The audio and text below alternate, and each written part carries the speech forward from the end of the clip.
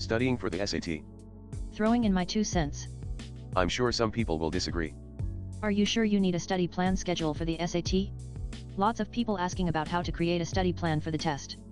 My first response is usually, do you typically create study plans for anything else in your life? If they answer yes, go for it. If they answer no, I tell them they're probably procrastinating the studying in the first place and distracting themselves.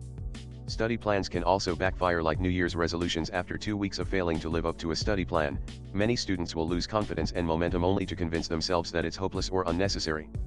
Everyone is not capable of the same highest scores. People have baselines. Someone 5 feet tall likely will never dunk a basketball no matter how much training or steroids he/she takes. Quantifying how to get from a 1000 to 1500 suggests it's only a matter of design. No, it isn't. If you don't know what a book is, you will have trouble on the test. You'll have to drastically make up for it by somehow becoming a voracious consumer of all things SAT related. And even that doesn't guarantee achieving your goals. Take a student who barely speaks English. They have a limit on what they can do on reading, plain and simple. The idea that everyone can do it is a nice one, and everyone should have access to the same opportunities. But everyone is not capable of the same output. You cannot quantify exactly what it takes to get your score. People are different.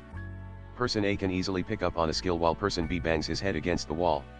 Asking the 1500 student what he did to get there is one piece of the puzzle. It's even more important you ask him or what his/her baseline score was.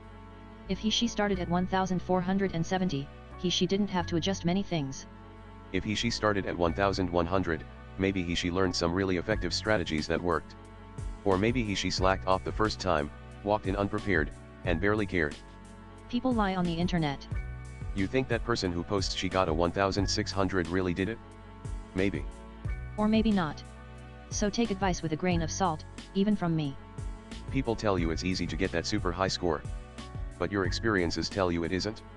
It isn't easy unless you're already a good tester puzzle solver in the first place. Studying for the SAT is not just doing more questions. Today, there is a dearth of SAT practice testing because College Board unalived the question and answer service. So, more than ever, testers have to be smart about how to use the finite resources available. To be clear, if all you did take practice tests, you should still get even a little better.